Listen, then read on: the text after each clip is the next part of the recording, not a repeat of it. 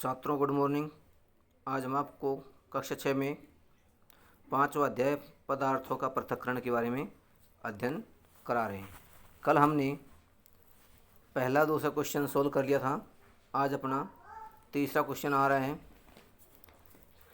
पकाने से पहले दालों के किसी नमूने से आप किसी भूसे व धूल कण कैसे पृथक करेंगे, ये अपना प्रश्न है। तो इसके लिए अपने जो उत्तर है, दालों में से भूसा व कंकड़ों को हाथ से बीनने की विधि से अलग कर दिया जाता है। यानी जो दाल है उसमें से भूसे और जो बड़े पत्थर के कंकर के कण होते हैं उनको हाथ द्वारा चयन करके उनको बीन करके अलग कर दिया जाता है, जिसे कहते हैं हस्त चयन विधि। दालों में अवांछित पदार्थ कम मात्रा में मिले होते हैं। दालों में क्या अवांछित होते हैं? अनावश्यक। अवांछित क्या है? अनावश्यक, जिनकी हमें आवश्यकता नहीं होती, वो होते हैं अनावश्यक अवांछित पदार्थ। कम मात्रा में पाए जाते हैं, इनकी मात्रा अपनी दालें हैं उसमें कम मात्रा में पाए जाते हैं। और अधिक मात्रा में क्या होती है? अधिक मात्रा में दालें होती हैं। तो ऐसे पदार्थ, अनावश्यक पदार्थ जो कम मात्रा में होते हैं, हाथ में पकड़ में आ सकते हैं, उनको हम हस्त चयन विधि द्वारा अलग कर सकते हैं। तथा धूल हटाने के लिए क्या करते हैं? हम दालों को पानी में डाल करके उनको धोते हैं। अब जब दाल के अंदर हम पानी डाल देंगे तो क्या होगा? उसमें उपस्थित धूल मिट्टी के कण हैं, हल्के जो बारीक कण हैं, वो जल में घुल जाते हैं और हम उस जल को निस्तारण विधि द्वारा बाहर डाल देते हैं। तो जल में जो घुलनशील जो पदार्थ थोड़े हैं वो बाहर निकल जाते हैं और दाल हैं वो शुद्ध रूप से हमारी प्राप्त होती है। दूसरा, हम वो दाल के अंदर पानी डाल करके और थोड़ा सा हिलाते हैं और उस दाल को हाथ से निकाल करके दूसरे पात्र में रख लेते हैं और उस जल के अंदर जो धूल मिट्टी कण है वहीं रह जाते हैं पात्र में। यह प्रक्रिया भी हम 2 बार करेंगे तो उससे भी धूल मिट्टी के सभी कण जल में घुल करके अलग हो जाते हैं। तो इस विधि में धूल के कण जल में घुलकर अलग हो जाते हैं और हमारी शुद्ध दाल हमें प्राप्त हो जाती है। अगला प्रश्न, चौथा प्रश्न अपना कि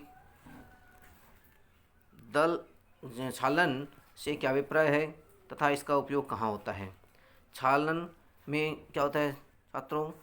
अलग अलग आमाप कहते हैं साइज के, अलग अलग आमाप के पदार्थों को पृथक करने में इस विधि का उपयोग करते हैं। तो छानना वह विधि है जिसमें विभिन्न आकार के अवयवों को अलग किया जाता है। जो अलग अलग आमाप के विभिन्न आकार के साइज के पदार्थ होते हैं उनको हम छानना विधि द्वारा अलग करते हैं।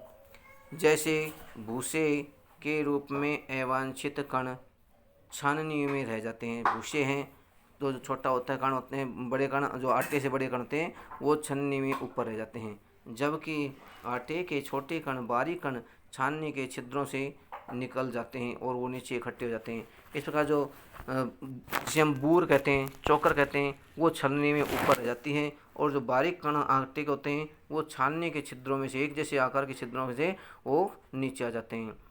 इस प्रकार हम छानना विधि द्वारा अलग करते हैं। इस विधि का उपयोग कहाँ होता है? आटा छानने में, गेहूँ को छानने में और अन्य आमाप के आकार की जो वस्तुएं हैं उनको अलग करने में हम इस छानना विधि का प्रयोग किया जाता है। बजरी छानने में भी हम इस विधि का उपयोग करते हैं। बजरी के जो बड़े कण हैं, जो मोटे डाले हैं, वो छोटी बजरी के कणों से अलग हो जाते हैं छानने की प्रक्रिया द्वारा, जिसमें हम लिपाई के रूप में हमें एक जैसे कणों की आवश्यकता पड़ती है, तो इसलिए हम बजरी को छानते हैं। अपना अगला क्वेश्चन है, रेत और जल के मिश्रण से हम पदार्थों को, उनके जो दोनों अलग अलग पदार्थ हैं उनको कैसे पृथक करते हैं, अपना ये प्रश्न है। अब देखिए, इसके लिए हमें एक से अधिक विधियों का उपयोग करना पड़ता है। हमें एक विधि द्वारा ही इनको अलग नहीं कर सकते, एक से अधिक विधि अपनानी पड़ती हैं। अब क्या करेंगे इसके लिए? रेत तथा जल के मिश्रण को निथारना। रेत और जल का जो मिश्रण हमने जो बना था उसको निथारना की विधि से अलग किया जाता है। इसके लिए क्या करते हैं हम, सबसे पहले आप एक क्या लेते हैं, कांच का मग या कांच का जार ले लेते हैं या कांच का गिलास लेते हैं, ऐसा कोई भी एक पात्र लेते हैं जिसमें हमें पदार्थ दिखाई दें। अब इस मग में क्या करते हैं, आधा भाग मिश्रण से भर लेते हैं। मिश्रण किसका है, जल का और मिट्टी का जो मिश्रण है उससे हम इसको आधा भर लेते हैं। अब मिश्रण को कुछ देर हिला करके और कुछ देर के लिए स्थिर अवस्था में रहने देते हैं, उसको एक जगह स्थान पर रख देते हैं, वो हिले डुले नहीं। अब इससे क्या होगा, उनको स्थिर अवस्था में रहने से जो मिट्टी के कण हैं वो पात्र के पैंदे में स्थित हो जाते हैं और जो दूसरे कण होते हैं मिट्टी के कण तो पैंदे में बैठ गए और जो जल है वो ऊपर आ जाता है, दो अवस्था में। इस जो प्रक्रिया है इसको कहते हैं हम अवसादन। क्या कहते हैं इसको, अवसादन। स्थिर अवस्था में देखते हैं। अब देखते हैं कि रेत के भारी कण मग के पेंदे में बैठ गए, नीचे अवस्थित हो जाते हैं मग के पेंदे में और जल ऊपर आ जाता है, साफ जल होता है ऊपर आ जाता है। इस क्रिया को अवसादन कहते हैं। क्या कहते हैं इसको, अवसादन कहते हैं।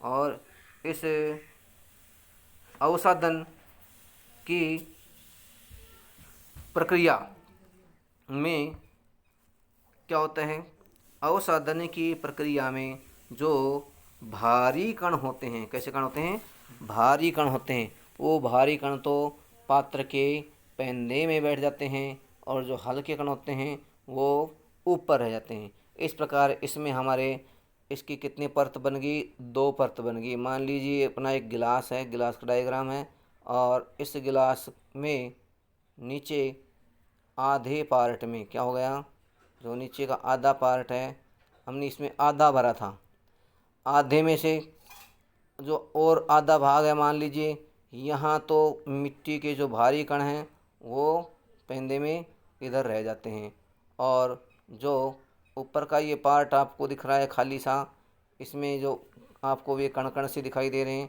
ये क्या है, ये जल है। क्या है ये जल ये तो जल हो गया।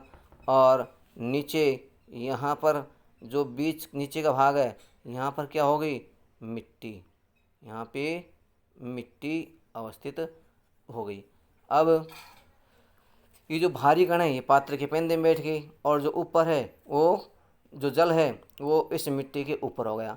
अब इसको क्या करेंगे, इस जल को जो ऊपर स्थिर जल आ गया इसको हम दूसरे पात्र में निथार करके उड़ेल करके अलग कर लेते हैं। कहते हैं उड़ेल करके, जिसमें ऊपर का जो पानी है वह दूसरे पात्र में आ जाता है। यह कार्य हम सावधानी पूर्वक करेंगे ताकि मिट्टी की कुछ मात्रा उस दूसरे पात्र में न जाए। अब ये निस्तारण विधि द्वारा जल को कहाँ पहुँचा, जल को हमने अगले यानी दूसरे पात्र में डाल दिया। तो ये जल को इस पात्र से अवसादित मिट्टी में से अलग करने की प्रक्रिया जो निथारना, हमने निथार करके दूसरे पात्र में डाला है, इसको क्या करेंगे, इसको इस पात्र को जो डाला है ये क्या कहलाता है, यह निस्तारण कहलाता है। क्या कहलाता है, ये निस्तारण कहलाता है। तो इस निस्तारण की विधि द्वारा हम जल को दूसरे पात्र में एकत्रित कर देते हैं और जो आपका जल है वो कहाँ जाता है, जल दूसरे पात्र में चल जाएगा और मिट्टी हमारे इसी ही मग में रह जाती है। तो अब देखिए जल ऊपर आ जाता, जल ऊपर आ गया। इस क्रिया को अवसादन कहते हैं और जल को दूसरे पात्र में उड़ेल देते हैं। इस विधि को क्या कहते हैं, निथारना कहते हैं या निस्तारण कहते हैं। पानी जो ऊपर आया था उसको हमने दूसरे पात्र में इकट्ठा कर दिया, वो क्या हो गया, निथारना या निस्तारण कहते हैं। इस प्रकार हम रेत को जल से अलग कर देते हैं। तो रेत से जल को अलग करने के लिए हमें एक से अधिक विधियों का उपयोग करना पड़ा।